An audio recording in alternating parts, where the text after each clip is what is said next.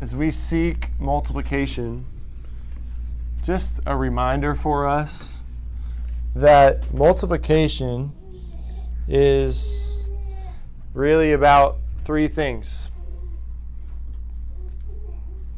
First, Jenna and I were talking about this morning, this spiritual posture. We know it goes back to the Father's heart, but there's this reality of that the Father is looking for those to entrust a movement to those who are abiding deeply in Him, who the answer is already yes, Jesus. Whatever you say, the answer is yes. And I'm walking near to Him, that our hearts are like His, that He's looking for those who are in fervent prayer. All right? Those who are waking up early, broken for what His heart breaks for, and praying for those things. Staying up all night, I don't know. But He's looking for those who are broken for the things that break His heart, who have His heart so much they're abiding. The answer is yes, but are also in this fervent prayer. But there's also this reality that, like John 12:24 says, unless a kernel of wheat falls from the head to the ground and dies, it remains only a single seed. But if it does die, what happens? It produces much fruit. And so there's a death to self that has to be happening as well. And the question for all of us is, are we the type of people that God would entrust a movement to? And but it's incomplete if we stop there. So we just draw the picture in here that we know well. And the reality of, okay, we've got to have this path. We've got posture. We've got path. What is that pathway to really help people live out the kingdom process? But then even as we talk about 3/3, what's also the process, okay, to help people do that. So we talk about posture, path, and process. And so when we're talking about generational stuckages and where are you now, and what might be some of the stuckages that need to be overcome in order to see the next generation of church be established and sustained, it could be in any three of these realms. We don't need to just think, only path and process. We got to overcome this. It could be a posture thing that's going on. There needs to be more fasting and praying happening than is happening. That may be what brings the breakthrough at certain times for different things. In other cases, it may be, there's just not enough seed sowing happening. We need to share the gospel more, or we need to find more existing believers and really find these partners that can run after it with us, this kind of thing. So, do we have that handout, Roger? Yes. Can we give them that handout? On this handout, this is from Steve Smith.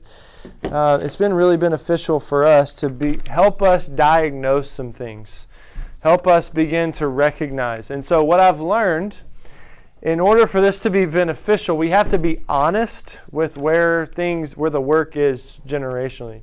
It's not ours anyway, it's the Lord's. So we just want to be honest with where things are, and I've found that when we can be honest and gain more understanding around that, not trying to be purist, okay? We can try to be purist and get so legalistic about it, it's just overwhelming. But look at the front side. I'm going to ask you not to look at the back side just yet. Look at the front side where it says 7 stages of a CPM continuum. This is just to give us kind of a broad stroke overview of things Steve has learned with others through the years in being in and coaching church planting movements around the world. So you see 0, you've got a CPM team in a context, but no purposeful plan or efforts yet. Then 1, you've got some Gen 1 churches, okay, and trying to continually establish that. Now there's multiple levels at the Gen 1 stage that he's lined out there. 1.1, purposeful field 1, field 2 activity. 1.2, have some Gen 1 believers. Okay, it goes on and on. We can read through that and see that all the way down to 1.6, one or more first gen, then several new first gen churches, and then they're starting new groups. 1.9, close to Gen 2 churches. Okay, does that make sense so far? Then we get to this 2-level stage, and there's this really some Gen 2 churches. breakthroughs happening, to see consistent, the three levels, consistent second generation, some third generation churches.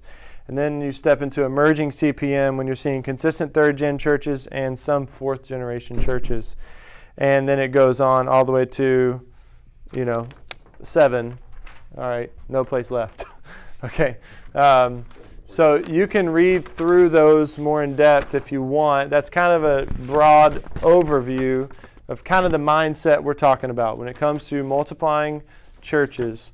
So before you flip it over, though, I want to just kind of probe and prod a little bit and see a little bit of where the thinking is in the room. When we're talking about, what do you think, I just want to ask you guys, what do you guys think are some of the stockages that have to be overcome for an existing believer and or team, okay, which represents a lot of us in this room, to begin to see Gen 1 churches, okay? What do you guys think are some of the stockages and the things that have to be overcome and the activities that need to be happening to see Gen 1 churches being started and sustaining? To me, the big thing is it's kind of paradigm. It's just just don't have understand their identity as both a new creature and an ambassador. So, identity with that, awesome. Yeah, there's an understanding of that. They're accepting and receiving the priesthood. Hey, it is my job and responsibility to be the one who lives this out, make disciples who make disciples. I am new creation and ambassador. Yeah, that's good. Good, David. What else? What else has to be overcome and things that need to be happening in order to go from no new churches to start to see Gen 1 churches that are reaching lostness? Do what? The Great Command. Okay. So love God above all else. You're sharing the gospel a lot. Okay, broad seed sowing. Identity as an ambassador, but also understanding identity of church, right? If they don't understand. Okay. Church ID. What else? Simple training. Okay, yeah. So the simple training, simple path.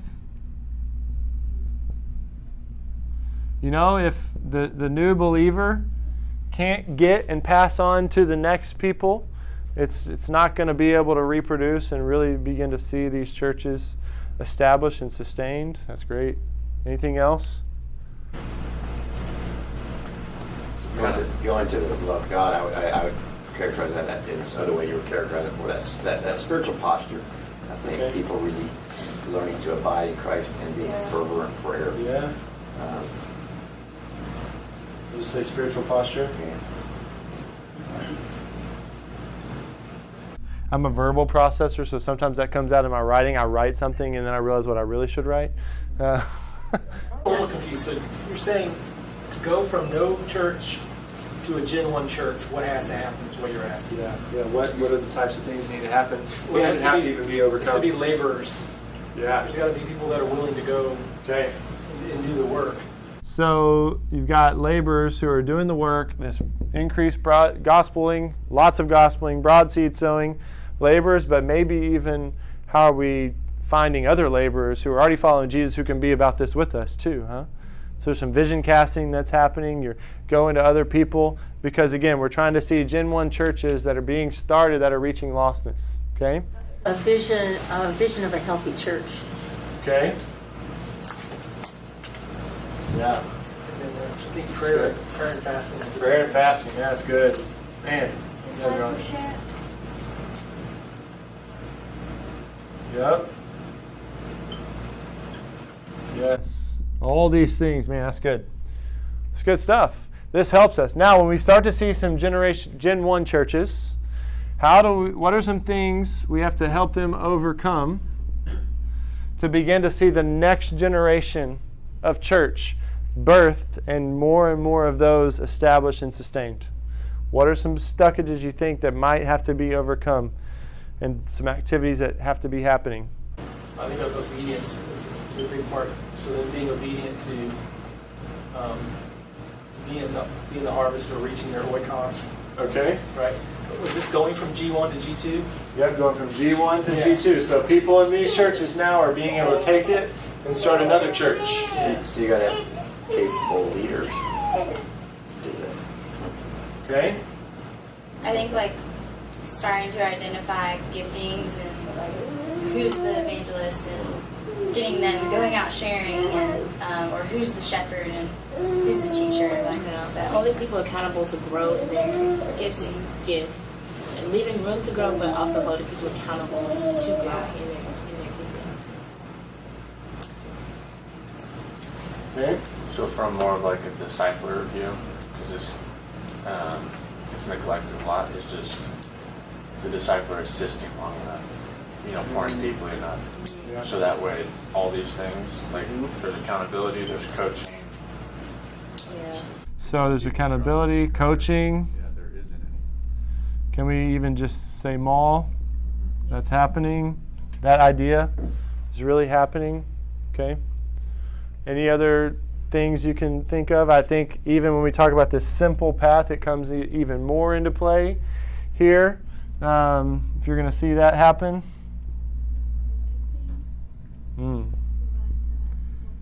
Yep. So now we're releasing authority, allowing people to live it out, take responsibility. Anything else just jumping in anybody's mind through this? Yeah, so baptism's happening. Cool. Well, this is great. I think we can do this and we can begin to even think through, okay, what does that look like, G3? We're not going to go there today, but all right, so Steve has given us, based on some common suckages they've seen through CPMs around the world, keys to getting to first-gen churches. We mentioned a lot of these. Not broad and bold enough outreach. Okay, so this would be stuckages that would have to be overcome. Not mobilizing local partners. We talked about that just from the labor standpoint. David, you mentioned that. Weak call to commitment. Not enough fasting and praying. Okay, so these are just a few. All these other things are awesome. Steve was just keeping it minimal to the key things he's seen. Keys to going from first-gen churches to seeing the next generation, second-gen churches. 4 Fields Path's too complicated. Can only be done by mature Christians, not new believers. 4 Fields Path is missing pieces. Pieces are missing. So it's easy for believers to off-ramp. The 3/3 process is weak. Not finding fourth soil people. Not setting the follow fish, that identity that you were talking about, David, that DNA within hours and days of them coming to faith in Jesus. I want to read through the next ones just to give you a framework of how this helps. Keys to third generation churches. Momentum. Always thinking grandchildren churches. When a first gen church starts, you must be planning third gen already. Let them share testimonies of getting there. Next piece, first gen trainers must model for second gen believers a clear vision and reproducible method, like 3/3. Some of the red parts are missing. Everybody know what that means when it says some of the red parts are missing in 3/3? So anybody know and can explain that? You break it down to the thirds, right? Yeah. That first third, making sure you have loving accountability and vision casting are the red parts. Those are the most important parts of that first third. multiplication, yeah. It's multiplication. Of course, the second part is just the new lesson. The third part, most important, is practicing that new lesson and setting goals for that week. And so practicing and setting goals is that really important part of multiplication. Can I ask a dumb question? So if I'm going through Mark, like long-term discipleship, am I practicing things? What do you guys think? Yeah. Okay, I understand in the short term what you're practicing, but what do you? I had the same exact question, bro, when we got there. Yeah. Same exact question. I asked it to like 5 different people, and it's an important part of the DNA. And so, yes, it becomes a little bit more challenging, but just praying through, God, what do you want? Maybe we need to be reminded and just practice our story. Maybe we need to practice the gospel. Maybe we need to practice a tool that we learned through the short-term stuff, or maybe we need to practice like a whole one of the short-term discipleship commands that we've gone through. Hey, have people do like we did, just do one of them. Or it may be something that creatively God gives you that's in line with the scripture you're studying. You know. Okay, so it's not necessarily what you're studying that week. It could be we study something on something and then we're going to practice. It can be. I am more and more now trying to see it tied to what we're studying, but there are times where God reveals, you know what? We're studying this and God's going to reveal how we need to really follow Him and grow in our faith in Him. But we're also struggling just as a church in this area. Maybe we've actually slacked on our gospel sharing. This week for our practice, you know what? We're just going to partner up and we're going to practice to get some gospel reps in to help gain some more confidence and reignite that for us, you know? So keeping that as part of the DNA, I think, is really important. Yeah, but it can look different, things like that. Okay, all right, so weak vision doesn't bleed down generationally, is not sticky, okay? We haven't found, let me speak on that real quick. Steve said to us back in May, we were together, is that right? Some of us across Houston. And he said, our vision can probably get to first and second, and in some cases, third generation disciples and even maybe churches. But to see it go beyond that, it takes a vision that is outside of us and other people owning it and taking responsibility for it to go fourth and fifth and sixth and seventh and eighth and on and on and on generation.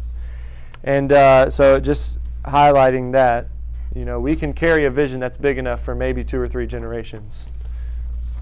But it's not going to go beyond that unless you got some other people starting to bleed for it. All right. We haven't found the abnormal person yet, the person of peace. Okay. Help your new believers create generational trees. Fear is set in. Okay, last one. I don't think anybody's here, but if anybody's here, man, I want to sit down with you, please. Keys to fourth generation and sustainability. Lack of vision, that's sticky again. Spotty or wrongly focused mid-level training. Not shifting the effort or key leadership to the soils, that's another thing you don't have to worry about. And turnover of key leadership.